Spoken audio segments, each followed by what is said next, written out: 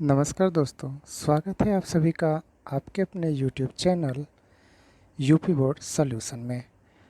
आज के इस वीडियो में हम लोग यूपी बोर्ड के कक्षा 6 के विज्ञान के प्रश्न उत्तर को देखेंगे। तो चलिए वीडियो शुरू करते हैं। हमारे पहले चैप्टर का नाम था दैनिक जीवन में विज्ञान। ठीक है, तो इसके अभ्यास प्रश्नों को आज हम हल करेंगे। हमारा पहला प्रश्न इसमें था कि सही विकल्प छांटकर अपनी अभ्यास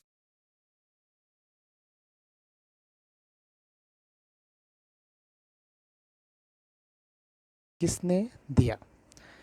वोल्टा ने दिया, न्यूटन ने, या सीवी रमन ने, या एसएन बोस ने?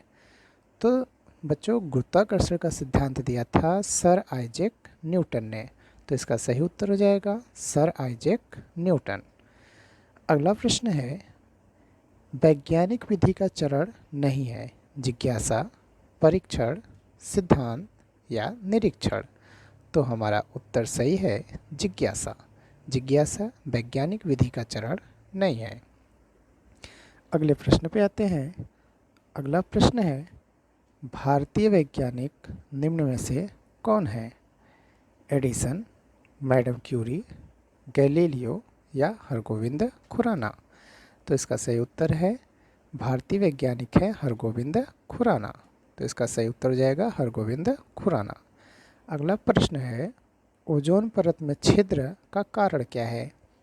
जल प्रदूषण, ध्वनि प्रदूषण, वायु प्रदूषण या इनमें से कोई नहीं?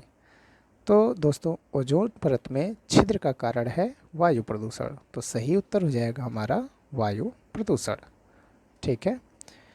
प्रश्न नंबर 2 था कि निम्नलिखित प्रश्नों के उत्तर दीजिए। और इसमें हमारा पहला प्रश्न था कि 2 भारतीय और 2 विदेशी वैज्ञानिकों के नाम लिखिए।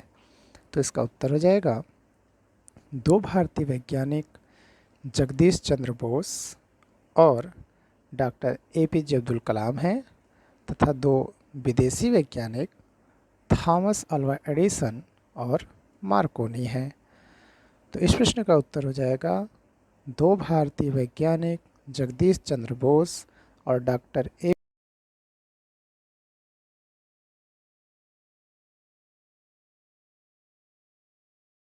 अगले प्रश्न पे आते हैं। अगला प्रश्न है, विज्ञान के दुरुपयोग से होने वाली किन्हीं 2 समस्याओं को लिखिए। तो इस प्रश्न का हमें उत्तर लिखना है कि विज्ञान के दुरुपयोग से कौन कौन सी समस्याएं उत्पन्न होती हैं। तो इसका उत्तर है असंतुलित और विज्ञान के असंयमित उपयोग से पर्यावरण प्रदूषित हो रहा है, जिससे मानव जीवन कष्टमय होता जा रहा है। और दूसरा है, रेडियोधर्मी विकिरण के कारण पृथ्वी पर जीवन के अस्तित्व का भय उत्पन्न हो गया है। परमाणु ऊर्जा के अनुचित प्रयोग से हिरोशिमा और नागासाकी में पलक झपकते ही लाखों लोगों के जीवन का अंत हो गया था। तो यह विज्ञान के दुरुपयोग से होने वाली किन्हीं 2 समस्याएं थी। एक बार फिर से देख लेते हैं।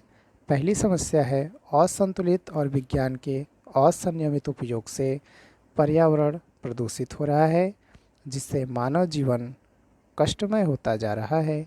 दूसरा है, रेडियोधर्मी विकिरण के कारण पृथ्वी पर जीवन के अस्तित्व का भय उत्पन्न हो गया है।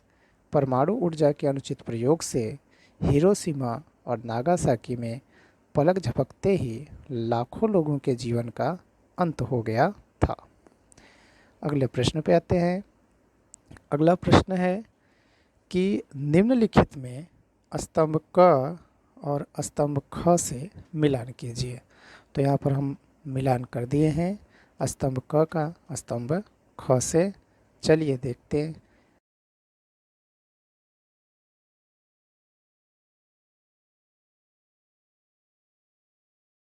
प्रक्षेपण शास्त्र से।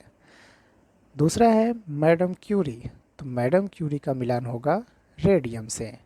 इसके बाद है वोल्टा। तो वोल्टा का मिलान होगा विद्युत सेल से।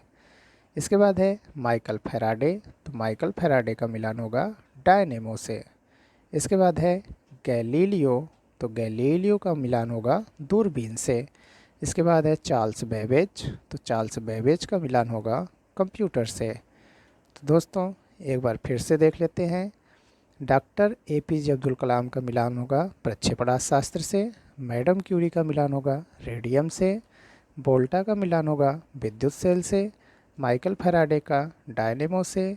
गैलीलियो का दूरबीन से और चार्ल्स बेबेज का कंप्यूटर से। अगले प्रश्न पे आते हैं। अगला प्रश्न है रिक्त स्थानों की पूर्ति कीजिए।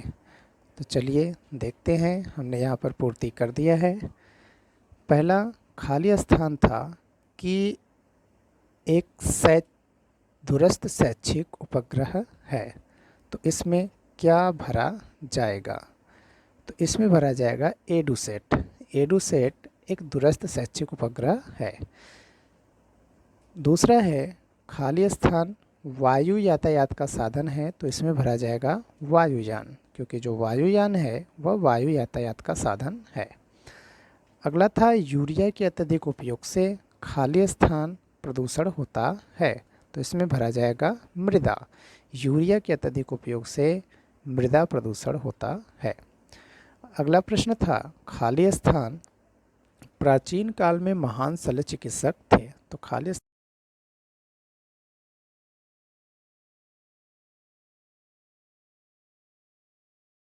था खाली स्थान पर परमाणु बम गिराया गया था, तो इसमें भरा जाएगा हिरोशिमा और नागासाकी पर परमाणु बम गिराया गया था।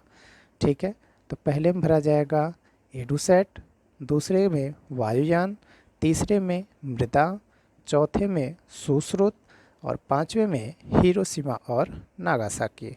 चलिए दोस्तों अगला प्रश्न देखते हैं। अगला प्रश्न है निम्नलिखित प्रश्नों के उत्तर एक शब्द में दीजिए। और प्रश्न है दूर देशों की घटनाओं की सचित्र जानकारी देने वाले साधन का नाम लिखिए।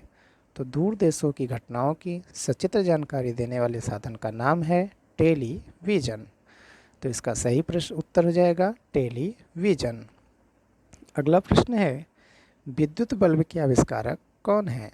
तो विद्युत बल्ब के आविष्कारक है एडिसन, थॉमस अल्वा एडिसन। तो इसका सही उत्तर हो जाएगा एडिसन। अगले प्रश्न में आते हैं। प्रश्न नंबर 6 है किन्हीं दो अंतरिक्ष वैज्ञानिकों के नाम लिखिए। तो दो अंतरिक्ष वैज्ञानिकों के नाम हैं कल्पना चावला एवं राकेश शर्मा। तो इस प्रश्न का उत्तर हो जाएगा कल्पना चावला एवं राकेश शर्मा।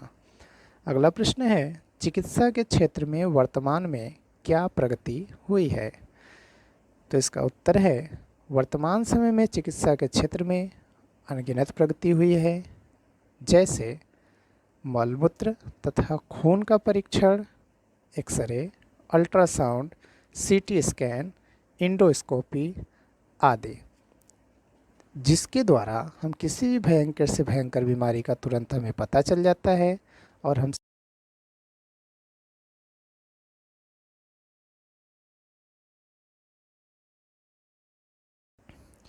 तो प्रश्न था चिकित्सा के क्षेत्र में वर्तमान में क्या प्रगति हुई है?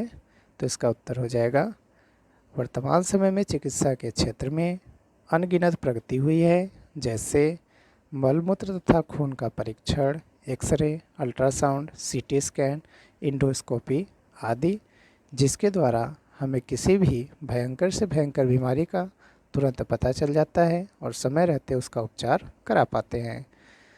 अगला प्रश्न है हमारा वर्तमान समय में संचार माध्यम के साधन क्या क्या हैं? तो चलिए देखते हैं। तो वर्तमान समय में संचार माध्यम के साधन क्या क्या हैं?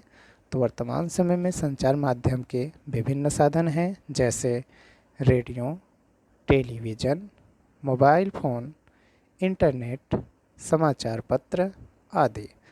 तो दोस्तों यह कक्षा 6 के यूपी बोर्ड के विज्ञान विषय के पाठ 1 के सभी प्रश्न उत्तर थे। अगर आपको किसी प्रश्न उत्तर में कोई दिक्कत है तो आप कमेंट ज़रूर कीजिए और सभी पाठ के इसी तरह से प्रश्न उत्तरों को देखने के लिए और अपनी किताब को पढ़ने के लिए इस चैनल को सब्सक्राइब ज़रूर कीजिए और दोस्तों के साथ ज़रूर शेयर कीजिए। वीडियो अच्छी लगी होगा तो लाइक ज़रूर कीजिएगा। धन्यवाद। आपका दिन शुभ हो।